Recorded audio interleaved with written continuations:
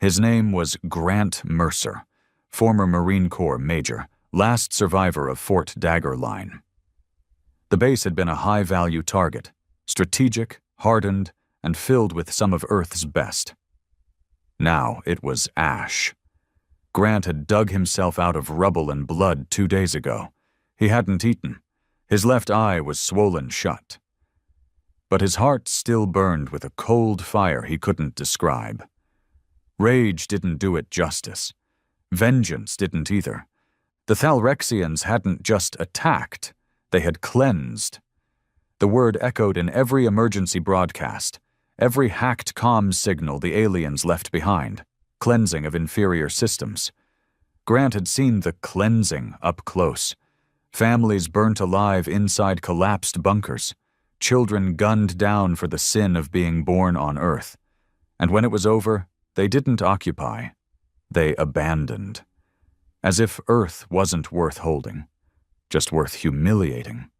Grant staggered through the ruins of what used to be Sector 4's command center, a place once alive with orders, reports, and boots hitting steel floors. Now, it was dust and bone. He carried a modified railgun, salvaged from a fallen comrade's corpse. Each time he gripped it, he thought of Captain Ridge, shot in the back while trying to protect evacuees. No funeral, no honor, just a body dumped into a crater. He wasn't alone. Survivors had scattered. There were whispers of a resistance forming in the ruins of San Fierro. Others said Antarctica's ice vaults had opened, letting loose black projects no government had ever admitted existed. But Grant wasn't waiting for a miracle. He was the consequence. If Earth was finished, so be it. But he would make damn sure someone paid before the lights went out. By nightfall, he'd reached the edge of a kill zone where drones patrolled in slow, lazy circles, as if daring anyone to resist. Grant crouched behind a scorched car shell, studying their pattern. They weren't perfect. Nothing was. The Thalrexians had underestimated Earth. That would be their second mistake. Their first was not killing Grant Mercer when they had the chance. He moved with brutal precision, a single shot to the left drone, EMP round, gone. The other didn't even register the loss before its core exploded in a silent flash. Grant moved fast. No ceremony, no shouting, no speeches. Just death. Efficient and merciless. Inside the cleared zone, he found a relay beacon, still blinking. A rare oversight. He plugged in an uplink module and waited. Static. More static. Then a ping. A voice came through, male, gravel-toned, desperate.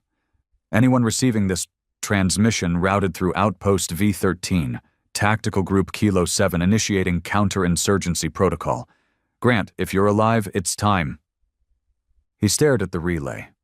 No smile. Just a hard nod. Kilo 7 had been a myth, even among soldiers. Black ops, off-book, and unofficial. But if they were reaching out, it meant one thing. Earth was done waiting for mercy. And Grant Mercer was ready to show the galaxy what no surrender really looked like. The relay tower blinked its last light as the signal died, leaving only the cold wind whispering through crumbled steel. Grant stood motionless for a long minute. Not in hesitation. He was memorizing the frequency, the coordinates, the tone of that voice. Kilo 7 was active. That meant Earth still had teeth, even if the body was bleeding out. He moved through the ruins like a ghost, taking back alleys and bombed-out buildings with muscle memory honed in desert combat and jungle trenches. The Thalrexians didn't expect foot movement this deep behind their artificial perimeter. They relied on intimidation, overwhelming firepower, and the psychological chokehold of mass slaughter. But Grant wasn't afraid. He wasn't anything anymore. Whatever emotion he'd felt 2 weeks ago when his platoon was vaporized and his fiancée's last words glitched through a burning comlink had been buried with them. He didn't cry, didn't scream. He just moved. One objective at a time. One more target, one more Thalrex skull to crush. until there was nothing left. He reached the drop point 2 hours before dawn. A train tunnel, forgotten since the collapse of the world's cities, served as the last confirmed meetup for Kilo 7's scattered cells. Grant descended into it slowly, rifle drawn. The air reeked of rot and wet concrete. He moved between rusted train husks and charred skeletal remains. Civilians, probably. Not worth saving in the eyes of their invaders. Or maybe they were executed by collaborators. It didn't matter anymore. At the tunnel's midpoint, a low hum vibrated the ground, barely perceptible. Then came the flash. Red laser sights flared on his chest. 3. No. 4. "Drop it, soldier," a voice barked, clipped and military. Grant didn't move. "I said drop it." He stepped forward instead. Slowly, intentionally. Name's Grant Mercer, Major, 3rd Battalion, Fort Dagger Line. Call sign, Steel Ghost. If you're Kilo 7, you know that name. A pause. Then another voice, deeper and older. "Steel Ghost is dead." Grant's lip curled. "Then your intel is as useless as the fleet that got glassed in orbit." Another pause. The lasers vanished. Out from the darkness stepped a man built like a tank, beard scraggly, eyes colder than space. He wore no rank insignia, just armor, worn and patched with mismatched plates. His team flanked him, 4 soldiers, armed to the teeth with black market tech and Dead Nation gear. "You're alive," the leader said. "Prove it wasn't a mistake." Grant nodded, stepped back, and reached into his belt pouch. From it, he pulled a bloody dog tag, the tag of Sergeant Darnell, one of Kilo 7's key liaisons at Fort Dagger Line. He tossed it at the leader's feet. "He died buying me 20 seconds to escape," Grant said. "I made it count." The man picked up the tag, studied it, then looked Grant in the eye. "Welcome to the goddamn war." They took him into the belly of the old station, a reinforced bunker hidden beneath the tunnel's end. Inside, there were people, fighters, survivors, engineers working on scavenged drones, medics patching up kids who looked like they'd never known peace, all of them armed, all of them angry. "This is Kilo 7 now," the leader said. "You don't like it, walk back into the ash." "I like it fine," Grant said. They gave him water first, then a ration bar, then silence until the briefing. The old war dog introduced himself as Briggs. No rank, no history, just Briggs. Grant didn't ask more. Everyone down here had ghosts. The fewer names, the fewer memories to get in the way of war. Briggs unrolled a dirty map of North America and pointed at a red-marked zone. "San Fierro was nuked last week, but before that we smuggled out a cache. Coordinates here." He pointed to a location near the old Colorado mountain bunkers. "Inside it is a Thalrexian transcode beacon. We've been reverse engineering it to tap their comms. One burst transmission got through." He tapped another red circle. "Something's coming. A second wave. Bigger. Not extermination. Harvest. We don't know what they're collecting, but it ain't resources. It's people." Grant's jaw tightened. Slavery? Worse. Bioconversion. They've got tech that turns human tissue into hybrid soldiers, genetically coded monsters. They don't just kill, they repurpose. Grant's fists clenched. Briggs leaned forward. "We're planning a counterstrike. Targets a Thalrexian uplink tower near what's left of Houston. Take it out, scramble their transmissions, and slow the harvest. It's a suicide run." "I'm in," Grant said without hesitation. Briggs grinned, wolf-like. "Didn't finish the briefing." "You didn't need to." That night, Grant stared at the ceiling of his bunk, a metal cot in a concrete tomb lit by flickering emergency lights. He wasn't sleeping. Couldn't. The faces of his dead haunted him, but now they whispered something else. Make them pay. He thought about Janine. Her laugh, the way she used to throw her boots at him when he snored. He remembered the way she screamed his name when the sky exploded over Dagger Line, and her voice cracked through static right before the feed went dark. There was no grave, no closure. Only this. By morning, the team was assembled. 4 soldiers, Grant, Briggs, a demolitions expert named Cutter, a silent sniper called Knox, and a young hacker, barely 20, nicknamed Wire. They moved out before sunrise, riding a reinforced vehicle called the Reaper, a gutted military truck layered in alien plating and raw defiance. Every bump on the road was a reminder that Earth was broken, but not beaten. Their route was brutal. Thalrek's drones still prowled. They took 2 down with EMP shots, but the 3rd spotted them. It called in a seeker drone before Knox's bullet found its core. Too late. The seeker was a monster, 10 feet tall, all blades and eyes, screeching in a tone that made blood feel like ice. It landed behind them mid-drive, carving into the truck's rear axle with mechanical claws. Cutter jumped out first, lobbing a fusion grenade. The blast rocked the desert, but the seeker just stumbled. "Go!" Grant roared, diving from the cab. He met the machine head-on. Its blade sliced through his side, searing flesh and shattering a rib. But he didn't stop. He fired 3 rounds straight into its central processor. It screamed, died, and fell on top of him, pinning him under a ton of synthetic hate. Knox pulled him free, dragging him back into the Reaper. "You're insane," he muttered.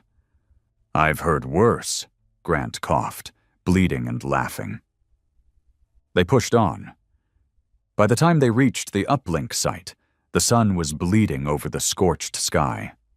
The tower was visible, an obsidian spire jutting from the broken skyline, guarded by 2 alien walkers and a squad of bio-converted humans. The things had human faces stretched across synthetic bone, eyes hollow, mouths moving without words. Grant stepped out of the truck, checked his gear, and looked at the tower like a man staring at a devil's heart. "No mercy," he muttered. Briggs looked at him. No surrender. They moved like ghosts, silent, surgical. Cutter went for the western flank, planting charges. Knox took the high ground. Wire hacked into the local node, creating a brief blind spot. Grant moved straight into the storm. He took down 2 bio-soldiers with clean headshots, then rolled behind cover as a walker opened fire. Concrete exploded around him. He sprinted forward, diving between its legs, attaching an EMP mine to its undercarriage. The explosion fried its circuits, and the machine crashed sideways, crushing 3 more enemy soldiers under its bulk. The second walker advanced. Briggs got to it first, firing a rocket straight into its core. The blast lit the sky like a second dawn. Screams filled the air, human and not. Blood sprayed across alien metal. Smoke curled into the heavens like a warning. Grant kicked open the tower's door. Inside, the uplink pulsated with unholy light. Green, alien, alive. Wire ran past him, plugging in a spike. "It's transmitting," he yelled. "I can loop their data. Send out a false recall order." "Do it." Grant stood at the door, guarding the entrance as the tower began to quake from the inside. Wire's eyes went wide. "It's working. They think Earth is already consumed. They're calling back the harvest ships." A deep tremor shook the ground. The tower began to collapse. "Time to go," Briggs shouted. They ran, diving into the Reaper just as the spire exploded behind them, sending alien debris into the sky. They didn't look back. As they drove into the horizon, Grant looked out the window, side bleeding, vision blurring. But he smiled. For the first time since the massacre. Earth had struck back, and it wouldn't stop now. The desert stretched out in all directions, cracked like old skin under the weight of years without forgiveness. The Reaper rumbled across it, black smoke coughing from the hood, its tires spitting dust and blood-stained sand. Inside, nobody spoke, not because they didn't have words, but because everything had been said with bullets and fire. Grant sat in the rear of the truck, a rag soaked in antiseptic pressed hard against his bleeding side. Every jolt of the vehicle sent white pain screaming up his ribs, but he didn't flinch. Pain was familiar. It reminded him he was still here, still useful, still angry. Knox rode shotgun, silent as always, eyes constantly scanning the horizon through a cracked scope. The man rarely spoke more than 2 words at a time, but his rifle said plenty. Cutter sat beside the rear-mounted cannon, his fingers twitching, restless like a bomb waiting for someone to ask the wrong question. Wire, slouched over a half-fried datapad, typed furiously, still decoding alien signals pulled from the collapsed uplink. And Briggs drove like he had a score to settle with every inch of Earth the Thalrexians had desecrated. They were heading north, toward what used to be Denver. A Kilo 7 outpost had gone dark 3 days ago, and intel from the hacked transmission suggested the site had been targeted for early harvesting. The word made Grant's stomach churn. Harvest. The Thalrexians didn't even hide behind euphemisms. Humans were just livestock to them. Flesh for genetic splicing, neural data for their hive intelligences, reproductive material for twisted lab-born hybrid armies. Cutter broke the silence first. That tower didn't scream like the last one. Briggs snorted. Guess even the enemy's learning to die quietly. Good, Cutter muttered, checking his belt of makeshift grenades. I hate noise. Wire leaned back, exhausted. They're recalibrating. That fake recall signal. It worked, but it won't last. The upper orbitals are still running diagnostics. Once they realize the beacon was a lie... They'll come in harder, Grant finished for him. Yeah? Grant tossed the bloody rag out the window. Then we hit harder. They reached Denver by nightfall, or what was left of it. The skyline was jagged bones against a deep red dusk, buildings torn apart by orbital strikes and reassembled into strange, spiraling towers. It wasn't reconstruction. It was mutation. The Thalrexians weren't just destroying cities. They were rebuilding them into machines, living structures pulsing with biosynthetic tissue, buildings with veins, lights that blinked like eyes, roads that breathed. Knox muttered something under his breath. First time anyone had heard his voice in days. Briggs stopped the truck at the edge of the twisted remains of Interstate 70. Everyone out. We go in quiet. Full recon. Find the outpost. Find survivors, if there are any. They moved on foot, skirting the edges of alien territory. What used to be suburbia was now terrain from a nightmare. Trees melted into metal, cars fused into the road, homes with doorways that led to black nothingness. Grant moved ahead of the group, eyes sharp, rifle ready. That's when he heard it. A scream. Not animal, not alien. Human. He held up a fist, signaling the others to halt. The scream came again. Closer this time. Young. Female. He moved fast, breaking cover and rushing through the twisted alleyways of ruined Denver. He found her in a collapsed parking garage, no older than 16, bloody and barefoot, limping. Behind her, 2 bio-converted soldiers stalked forward, their movements jerky and unnatural. "Hey!" Grant bellowed, raising his rifle. The first one turned, mouth opening in a static hiss. He didn't give it a second chance. 2 shots, clean and fast. Head gone. The second charged, screeching. Grant sidestepped, drove a combat knife up into its throat, twisting as the creature spasmed, limbs flailing. It collapsed. He caught the girl before she fell. She was shaking. Pale, her hands covered in blood that wasn't hers. "Easy," he said. "You're safe." Her eyes locked on his. "You can't stop them. You don't understand. They're underneath." Before he could ask more, Briggs and the rest arrived. "Another survivor?" Cutter grunted. "Good. Was starting to think we'd wasted the drive." "She's in shock," Wire said, kneeling beside her. "We need to—" The ground rumbled. Then it cracked. Something burst from beneath the earth, a towering Thalrex construct, all jagged limbs and glowing cores. It had been buried there, waiting, lying in ambush. "Down!" Briggs yelled. The explosion shredded the pavement. Grant grabbed the girl and rolled behind cover as the monster opened fire.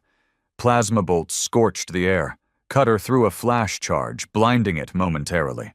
Knox took position on a high ledge, firing round after round into its exposed systems.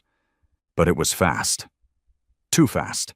It leapt forward, crashing through a building and swatting Cutter into a wall like a rag doll. Blood sprayed. Bones cracked. He didn't move. Grant roared and charged. The thing turned, almost smiling. It was intelligent. Predatory. It saw his pain. It wanted it. Grant didn't care. He ducked under its arm, planted an explosive under its core, and fired 3 rounds straight into its sensor cluster. It screamed, high and mechanical, as the charge detonated, blowing out its center. It staggered, collapsed, and kept twitching like a dying insect. Knox jumped down, walked to the creature, and emptied his magazine into its skull. Silence returned, but the air was heavy. Cutter was dead. Wire confirmed it with a soft whisper. Briggs closed his eyes. That's the cost. They carried his body to what used to be a church, now a charred shell of faith. They buried him beneath the altar, marking it with a shattered piece of Thalrex armor. "No speeches," Grant said. "Just vengeance." The girl, her name was Naomi, finally spoke that night. "They took my family," she said. "Made me watch. Then they put me in one of the harvest pods. I escaped when the tower fell." "Why were they under the city?" Briggs asked. Naomi looked up, tears gone. "They're building a hive, something massive, underground, deep. They call it the Cradle. It's where they're growing the next wave." Grant's stomach turned. "Where?" She pointed east. "Under the old stadium, where the Broncos used to play." Wire confirmed it. Satellite pings, structural shifts, and faint Thalrex transmissions. There was something massive under Mile High. Briggs stood. "Then that's where we go next." Grant looked down at Cutter's grave, then towards the east. This wasn't about defense anymore. This was an exorcism. The entrance to the cradle wasn't guarded, not in the way Grant expected. There were no towers, no patrols, no visible defenses. Just a gaping maw where the old stadium once stood, now twisted into a spiral of bone-like metal and flesh-veined steel. It descended into the earth like a wound that refused to heal. They stood at the edge of it, all 4 of them, Grant, Briggs, Knox, and Wire, staring down into the unknown. Naomi stayed behind at the ruins of the church, too weak to move. She had given them what they needed. The rest was on them. "You smell that?" Knox asked, voice low. Grant nodded. It was everywhere. Burnt ozone and rotting meat. The air down there wasn't just stale. It was wrong. It vibrated in the lungs, crawled down the throat like something alive. Briggs checked his gear. "Once we're down, we move fast. This isn't a siege. It's a strike. Hit the core. Get out. If we get out, Wire muttered, triple-checking his EMP beacons. Grant didn't bother speaking. He led the way. They descended into the cradle through what used to be a player's tunnel, now torn open into a spiraling corridor of twitching cables and flesh-wrapped beams. The ground beneath them pulsed. There were no lights, but the walls glowed, not from bulbs or LEDs, but from within. Bioluminescent tissue, veins carrying something viscous that throbbed with every heartbeat of the hive. It wasn't just a structure. It was alive. They reached a chamber nearly a mile beneath the surface. Here, the scale became clear. Eggs, hundreds of them, each the size of a man. Translucent shells filled with suspended bodies, humans in various states of transformation. Some still looked human, their faces frozen in terror. Others didn't. Limbs extended, skin peeled into plates, eyes replaced by lenses. Wire nearly puked. Knox just raised his rifle. Grant stepped forward. One of the eggs twitched, then another. Then all of them. "They know," he said. A scream erupted from the far wall, a scream that was part animal, part machine, part human. From the shadows came the first guardian, not a drone, not a soldier, something worse. It used to be a man, huge, bald, with skin stretched over black exoskeletal plates. One arm had been replaced by a massive organic cannon. The other dripped with long, scythe-like blades. His face was still human. Barely. Lips sewn into a grimace. Eyes replaced by glass. But Grant knew him. "Granger," he whispered. "Commandant Granger?" He had served under Granger. A hero. A man who once told a young Grant that fear was just a tool, that no war was unwinnable. Now he was a tool of the enemy. The creature charged. Grant didn't hesitate. He fired a full clip into Granger's chest. It staggered, snarled, kept coming. Briggs hurled a frag grenade. The explosion sent bio-goo flying across the chamber, but it didn't stop the thing.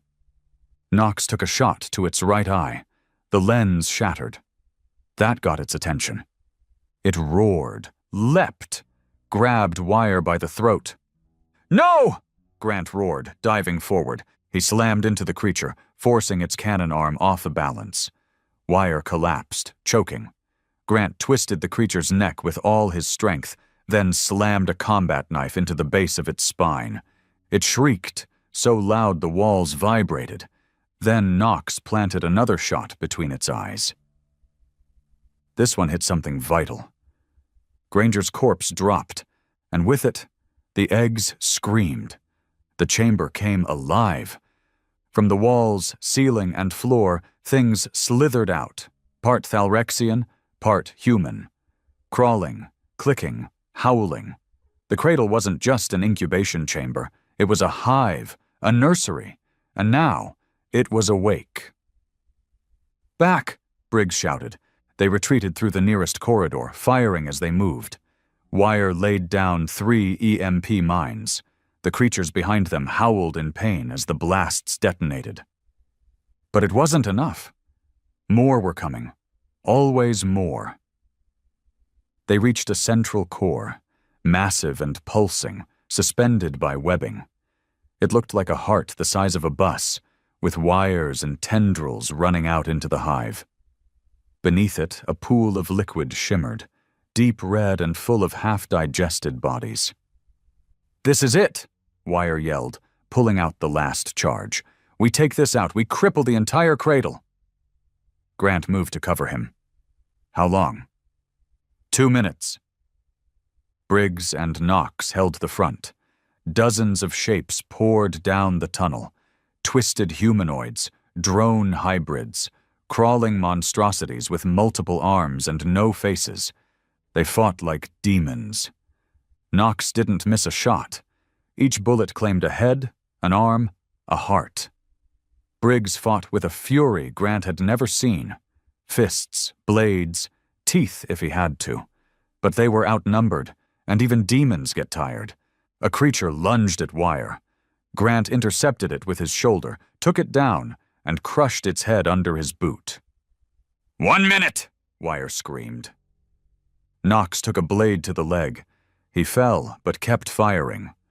Briggs got gored across the chest. Deep. He staggered back, coughing blood, but didn't stop swinging. The horde was almost on top of them. "Go!" Wire screamed. "It's armed! We've got 30 seconds!" Grant grabbed Knox, threw his arm over his shoulder. "Briggs!" The old soldier looked at them. Bleeding. Broken. He shook his head. "I'll hold them." "You'll die," Grant said. "Then I'll take more with me. Get out, Mercer. Finish this war." Grant wanted to argue, but he didn't. He nodded once. "Make it count." Briggs turned and charged the horde with a scream that split the dark. The last Grant saw of him was a blur of blades, gunfire, and blood. Then they ran.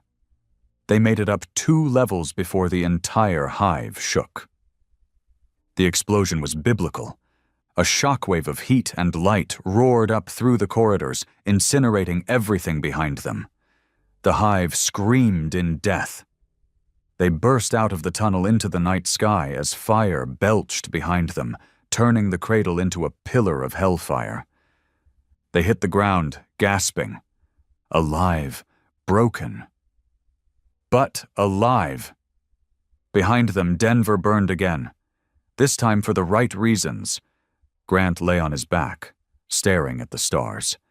His body hurt in places he didn't know could hurt. Knox's leg was shredded. Wire was barely conscious. But they had done it. Another blow, a real one. They weren't just fighting anymore. They were winning. The silence after the cradle's destruction wasn't peace. It was the kind of quiet you feel just before a storm shreds the sky open. Grant lay in the dirt, coughing smoke, ribs broken, face coated in ash and blood that wasn't all his. Every breath felt like chewing glass. But he was alive. That was becoming a curse. Knox groaned beside him, trying to move with a leg that barely qualified as attached anymore. Wire lay motionless for a moment, then sat up with a wild gasp, like someone pulled from a drowning. His face was pale, eyes wide, hands trembling. No one spoke for several minutes. The fire behind them raged, and Denver's sky was black with smoke and glowing embers. What had been the Thalrexian cradle was now nothing but a collapsing hole, the hive structure dead, burning from the inside out. Still, Grant didn't trust it to stay buried. "Check him," Grant said, nodding at Knox. Wire crawled over, wincing with every movement. Bullet grazed the femur, ligament damage, might have nicked an artery. "Will he walk?" Wire shook his head. Knox answered anyway, spitting into the dust. "Don't need to walk, just need to kill." Grant almost smiled. Almost. They camped for the night on the edge of a ruined suburb, under the remains of a school gym that had half collapsed but still offered shelter from aerial scans. The drones would be looking now. After what they'd just done, the Thalrexians wouldn't be silent for long. Briggs was gone. His name echoed in Grant's mind like a drumbeat. The man had gone out like a damn legend, buying them the seconds they needed to cripple an entire biofactory. But that didn't make it easier. Briggs was a brother, a fighter, and now he was just another ghost in the dirt. They didn't speak about him. Not yet. Some pain was too raw to pick at. Wire broke the silence first. "That core we destroyed wasn't just processing humans. It was learning from them, neural mapping, personality breakdowns, behavioral profiles. They were creating a way to predict resistance." Grant stiffened. Like building a copy of Earth's will, so they can kill it before it fights back. Wire nodded. They weren't just studying us, they were dissecting our souls. Knox loaded another clip into his rifle. Then we burn their gods next. They stayed only long enough to tend wounds, wrap injuries, and consume a ration that tasted like cardboard and regret. Then they moved. Grant fashioned a makeshift crutch for Knox out of metal piping and duct tape. The man didn't complain once. Their next destination was a refugee outpost called Bastion 3, roughly 70 miles northeast. If there were any Kylo 7 units left active in the sector, they'd be converging there. And if there was even a whisper of a working satellite uplink, they'd need it to spread word of the Cradle's destruction. The world had to know the monsters could bleed. The road was a graveyard. Burned-out tanks, looted convoys, bones picked clean. Thalrex banners hung from broken bridges, spidery symbols written in a language no one fully understood. They weren't meant to be read. They were meant to terrify. Grant spat on everyone they passed. They encountered survivors along the way. A group of 10 huddled in the basement of a collapsed mall, too afraid to speak. Wire patched up their sick, shared what little antibiotics they had. Grant left them with 2 pistols and a warning. "Don't pray for help," he said. "Become the help." Some nodded. Others just stared. On the 3rd day, the sky changed. A black object passed overhead, long, silent, alien, a Thalrexian orbital scout. It didn't fire, didn't pause, but it saw them. They knew it. There was no point hiding. Earth wasn't theirs anymore. The sky belonged to the enemy. Bastion 3 wasn't a base. It was a crater. The outpost had been leveled, not by conventional weapons, but something worse. The soil was dead, blackened glass where the ground had melted, twisted corpses fused into the rock. There was no fire, no smoke, just absence, like something had erased the area from existence. "What the hell did this?" Wire whispered. Grant knelt beside a half-melted Kilo 7 helmet. "They used a soul burner." Knox grunted. "Didn't think those were real." "They weren't," Grant said, "not until now." Soul burners were theoretical weapons. Tech that didn't destroy with heat or radiation, but with energy tuned to human biofrequency. It erased memory, thought, will. You didn't just die. You were undone, vaporized from history. They were too late. Wire found a data shard embedded in a scorched drone frame, spent an hour decoding it while the others watched the horizon. When he finally spoke, his voice was hollow. "The Thalrexians just sent a signal from orbit to every planet they control." Wire turned the pad around. On it was a single phrase, translated roughly from Thalrex symbiocode. "Earth's resistance has evolved, initiating harvest phase Omega." "What does that mean?" Knox asked. Wire's hands trembled. "It means they're done studying us. Now they're coming to finish us." The plan changed. No more outposts, no more waiting. They would hit the source. Wire had one lead, a black site called Echo 9, buried in the Appalachian Mountains. Before the fall, it had been a deep storage facility for experimental human tech. AI, bioweapons, experimental flight systems. Most thought it had been destroyed in the first wave. But Wire found a recent ping. A signal only someone from Earth would use. "Someone's still alive down there," he said. "Someone smart." They set course the next morning. The journey east was savage. Storms rolled through, thick black clouds that dropped acid rain and scrambled comms. They had to take shelter in the ruins of a prison, fighting off wild dogs and feral civilians who thought murder was the only law left. Grant killed 3 men that night. One had been no older than 17. He didn't blink. The boy had tried to kill Knox with a jagged pipe. That was all that mattered. By the 6th day, they reached the edge of the Appalachians. The trees here hadn't died, but they weren't natural anymore. They grew wrong, twisted. Some had eyes. Others bled sap that hissed when it hit the ground. The Thalrexians had seeded the forest with corruption. Echo 9 was hidden beneath a waterfall. They found the entrance buried under rubble and biotic growth. Grant pried the door open with a crowbar, ignoring the way the metal screamed. Inside was darkness, cold and sterile. The first human structure they'd seen intact in weeks. They descended cautiously. Lights flickered on. Red. Emergency backup systems. They passed old containment rooms, shattered lab tanks, dried blood on walls. No bodies, just echoes. Voices still screamed from half-active intercoms, recordings, warning tones, corrupted messages. Then came the voice. Female. Alive.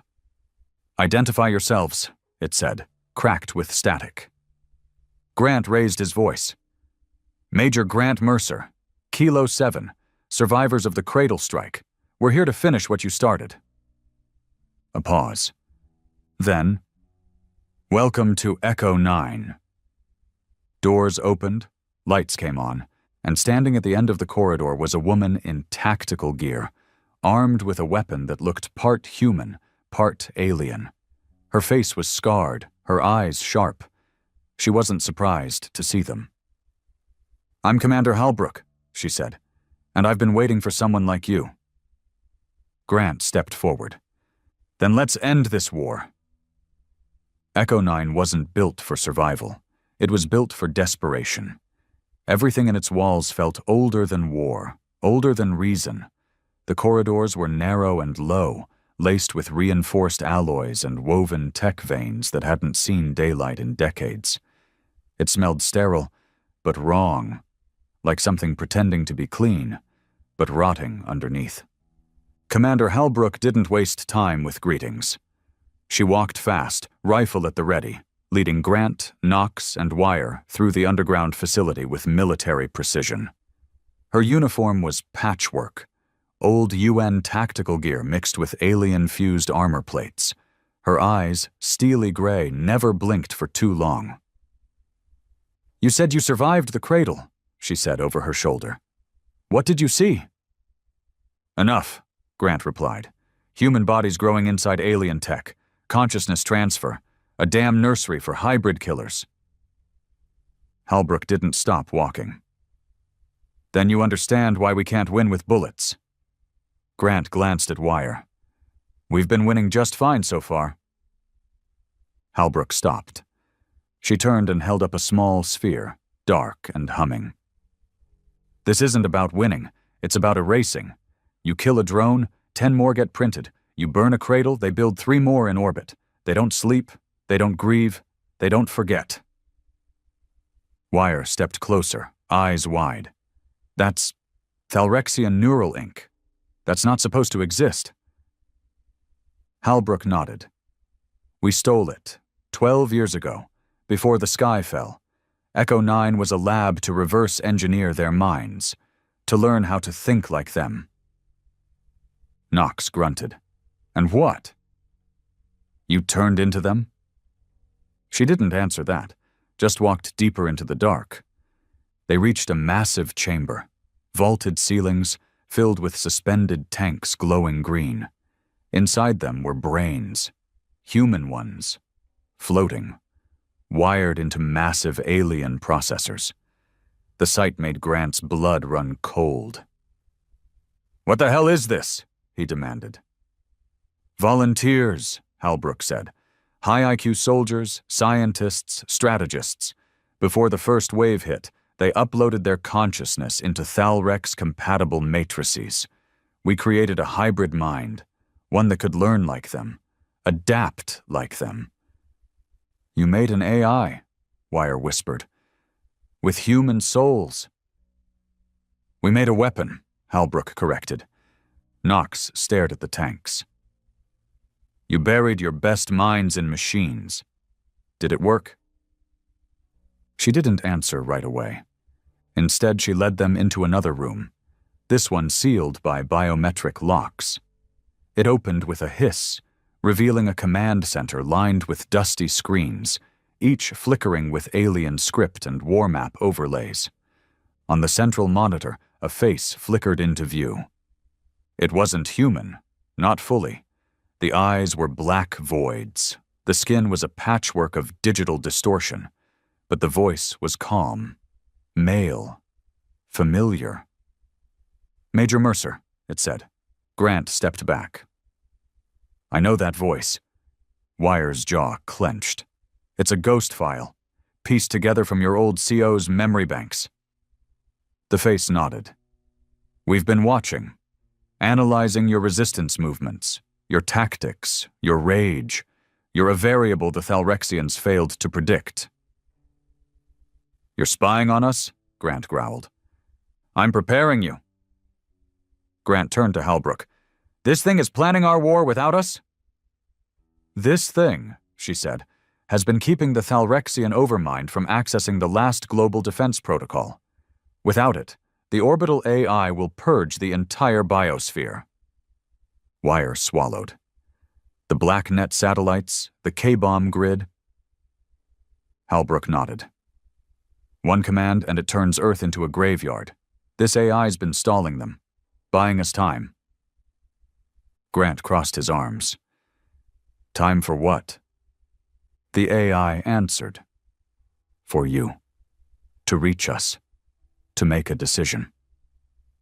A schematic flickered to life.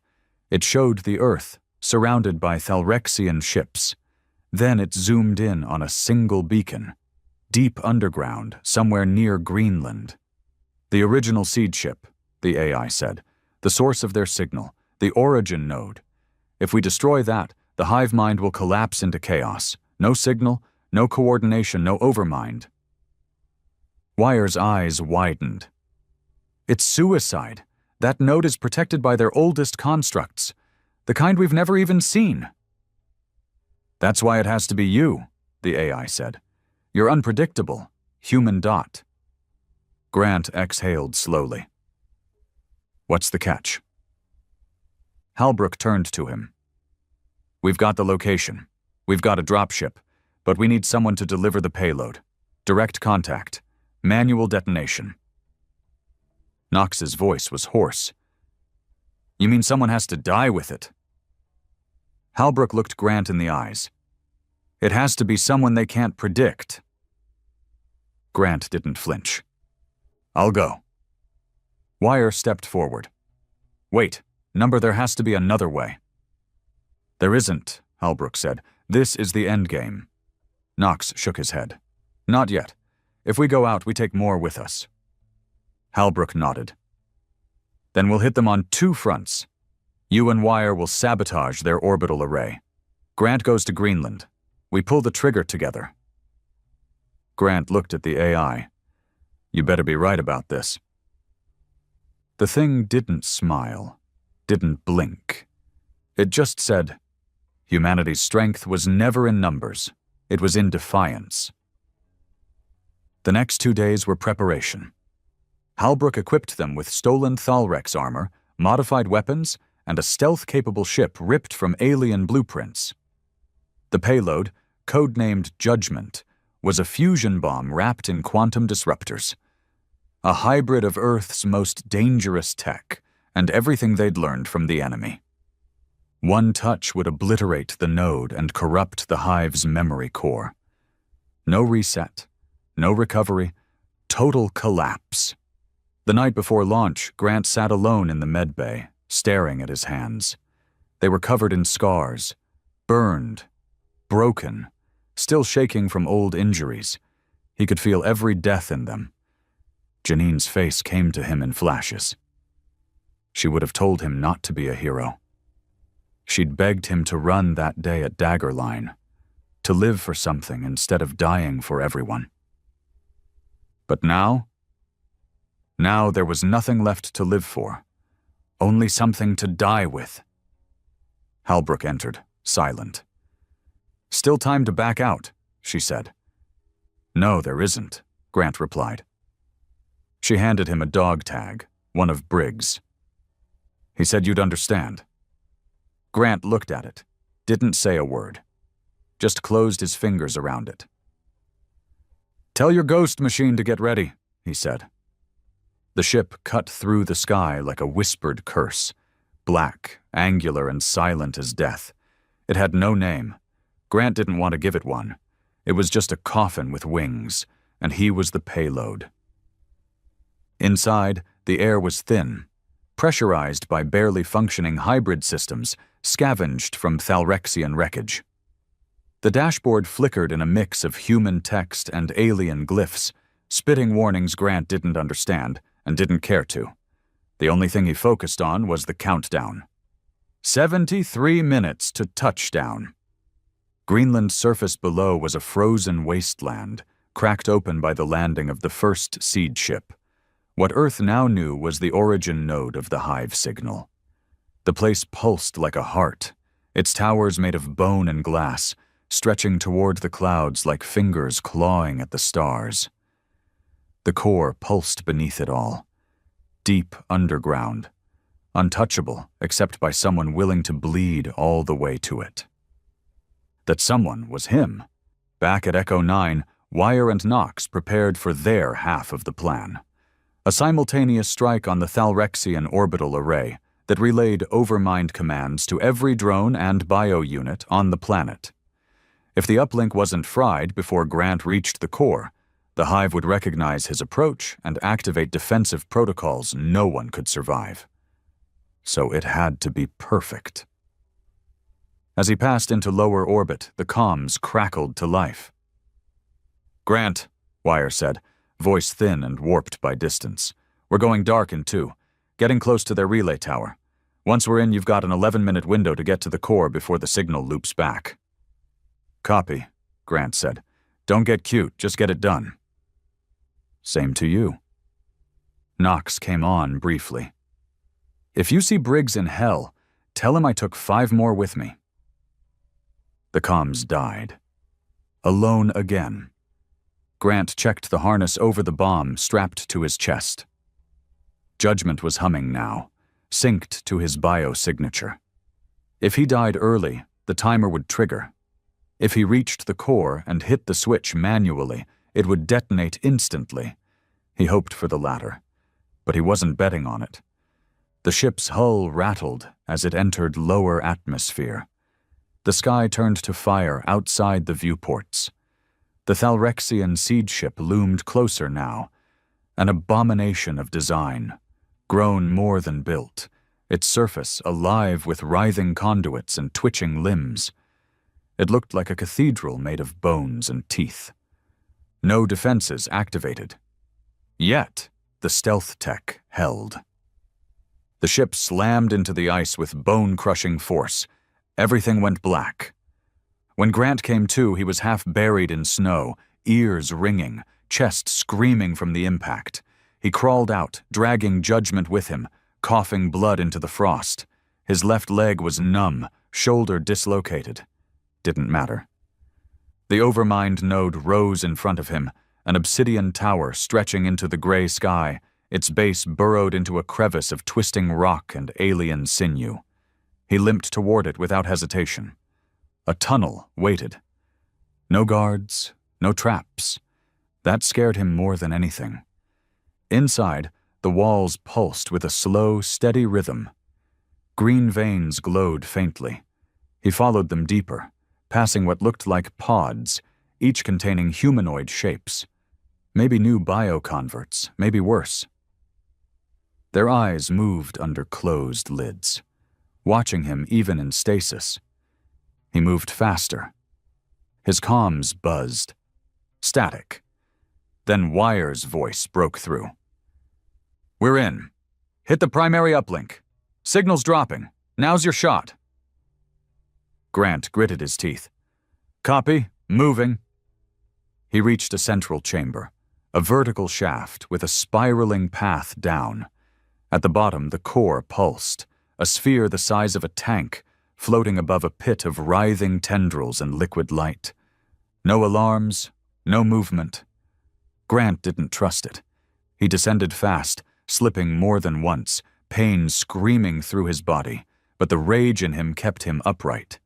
Janine's face, Briggs' last stand, Cutter's broken body, Knox's silence, Wyer's quiet fear. All of it burned inside him like fire in his lungs. He reached the bottom, stepped into the platform. The core reacted. Tendrils shot out, hundreds, wrapping around him, lifting him off the ground. Judgment beeped rapidly. Shit! The tendrils didn't attack. They read. His memories poured into them. Dagger Line. The massacre. His team. Janine's death. Briggs' face. Every scream, every kill, every failure. Then a voice filled his skull. Not mechanical, not alien. You should have run, it said. It was his own voice. Twisted, echoing. You came all this way to die like a fool. He screamed in rage and pain, pulling against the tendrils, pressing the bomb closer to the core. They tightened, crushed his ribs. Blood poured from his nose. You're just meat, the voice said. Meat with delusions. No, Grant hissed. I'm the end. He slammed the bomb into the core. Everything froze. The tendrils twitched. The light blinked. The voice stuttered. No, wait. Grant forced his thumb down on the manual trigger. The last thing he heard was his own voice saying, For Earth. Then the world exploded. The pulse rippled across the planet like a scream. The Thalrexian hive mind fractured, its signal severed. Drones dropped mid-stride. Bio-units convulsed and collapsed. In orbit, Wyer and Knox watched the tower crumble from their stolen craft.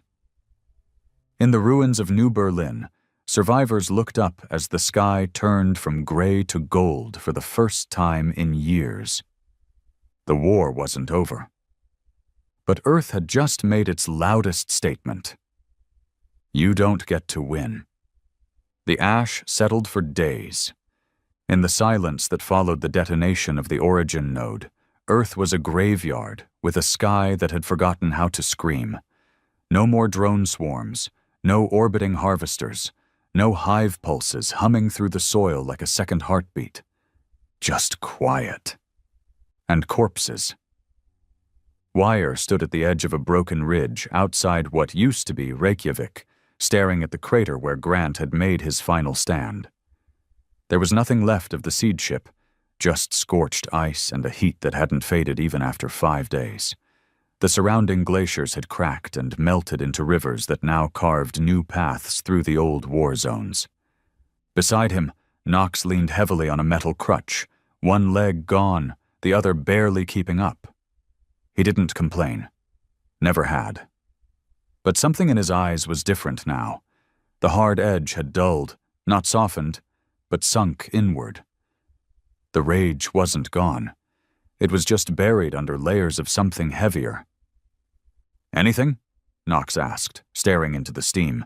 Wyer shook his head. Not even a trace of the signal. He did it. It's gone. All of it. Knox nodded, almost respectfully. Mercer was a bastard, but he got it done. They stood in silence. All around the world, the collapse of the Overmind left chaos. Some bio-units fell and never moved again. Others spasmed violently, tearing themselves apart. Entire Thalrexian hives liquefied, their organic structures unable to function without the core signal. But not everything died. Scattered pockets of resistance had started clearing out the ruins, neutralizing half-dead drones, securing former breeding chambers, and torching corrupted forest zones. People who had hidden for years were crawling back into the light, but they didn't cheer. There were no parades, just questions. Who's left? What happens now? And above all, was it really over? Wyer didn't have those answers. All he had were the numbers. His datapad still synced with the last operational satellites. What it showed wasn't comforting. Global infrastructure was shattered, food systems gone, oceans rising, contaminated zones stretching for hundreds of miles. The Thalrexian presence had warped Earth itself. This wasn't just post-war. This was post-everything. He and Knox returned to what remained of Echo 9, less a base now than a collection of tents and cracked walls. Halbrook had survived, though barely. Half her team hadn't. She now led what passed as command. A group of tired survivors, ragged engineers, ex-soldiers, and children too young to remember the old Earth. They weren't soldiers anymore. They were rebuilders. But nobody wanted that job. Inside the main tent, Halbrook stood over a map of the northern hemisphere, black markers stabbing into key Thalrexian collapse points. "Nodes in the Pacific still showing activity," she muttered. "Low-level echoes, autonomous behaviors." Wire frowned.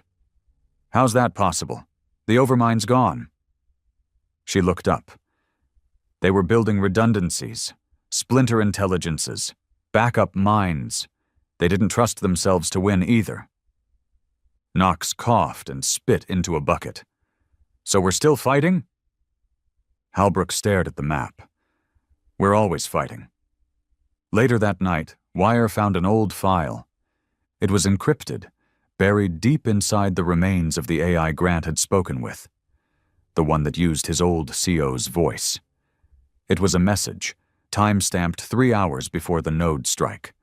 He almost deleted it. Instead, he played it. Grant's voice came through, raw and tired. "If you're hearing this, it means I didn't make it, and I probably didn't. No regrets. I had my time. Took enough lives. It's fair I paid it back." A pause. "I didn't do this for victory. That word means nothing now.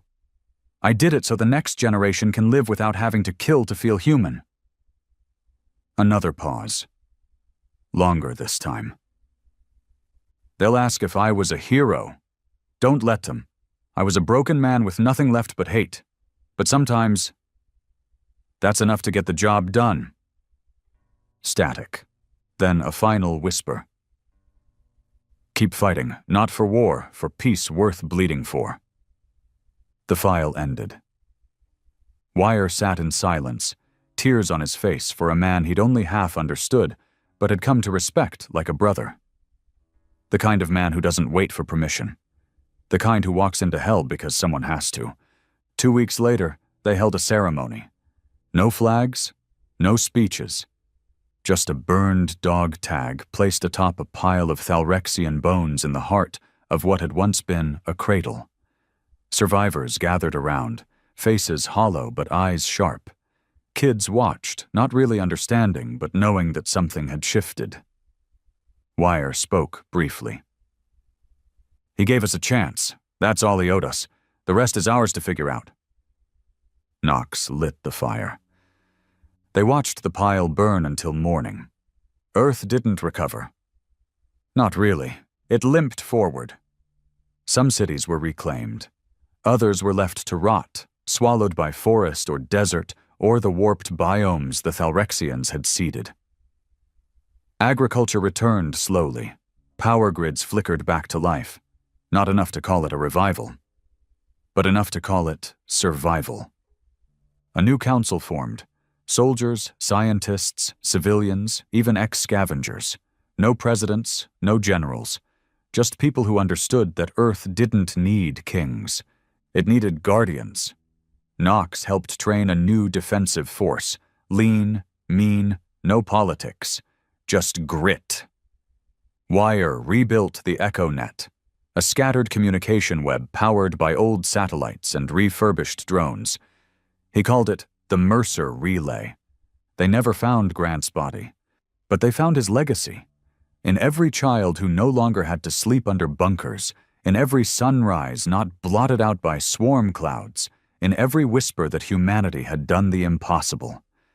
They had made the monsters afraid. Years later, a statue was built in the ruins of Dagger Line. Not of a man, just a pair of boots, a shattered rifle, and a simple inscription carved in stone. No mercy, no surrender. And beneath it, carved by a child's hand, we remember.